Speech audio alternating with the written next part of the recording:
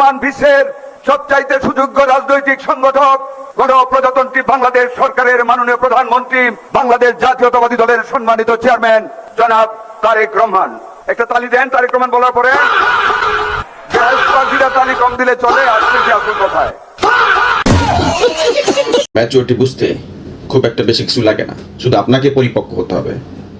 Suppose আপনি ধরে নেন কোন একটা চায়ের দোকানে গেলেন, চায়ের দোকানে গিয়ে চাওয়ালাকে জিজ্ঞেস করলেন তোমার চা তো স্বাদ হয় কেন? সে বললো স্যার চিনি দুধ চিনি গরম পানি আনুপাতিক হার হয়ে যায়। কেউ বললো জানি না বানাইতে বানাইতে হয়ে গেছে গা, তার মানে ওর সীমাবদ্ধতা ওই বানাইতে বানাইতে হয়ে গেছে গা, অন্য কোনো ধ্যান ধারণা নাই। চায়ের কাপটা দেওয়ার পরে চায়ের তলানিতে একটা ফোম দিয়ে মোছা দিল, আপনি চুমুক দেওয়ার সাথে সাথে জিজ্ঞেস করলো ঠিক আছে। এগুলোকে বলে পরিপক্কতা। এগুলো আমাদের দেশের সমস্ত যার যার অবস্থান থেকে এরকম পরিপক্কতা আমরা লক্ষ্য করতে পারি। এমন একটা বড় জায়গায় থাকা অবস্থার একটা লোক, তার পরিপক্কতা দেখেন, তেল মারতে মারতে সর্বোচ্চ বিশ্বের সীমানায় নিয়ে গেছে, আবার কিছুক্ষণ পরেই সামনের দর্শকের কাছ থেকে তালি চাইয়া আদায় করতে হয়। চাওয়ার পরে হচ্ছে তালি আদায় হয়েছে।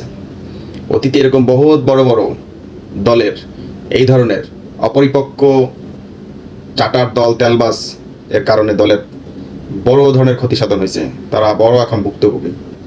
ঠিক আছে, এদের যোগ্যতা একটাই, দীর্ঘদিন দলের পিছিয়ে লাইগা শুধু তেল দিছে, বাধ্যতা সম্পত্তি অথবা নিজের টাকা আছে টাকা ঢালছে, এই আর তাদের আর কোনো যোগ্যতা নেই।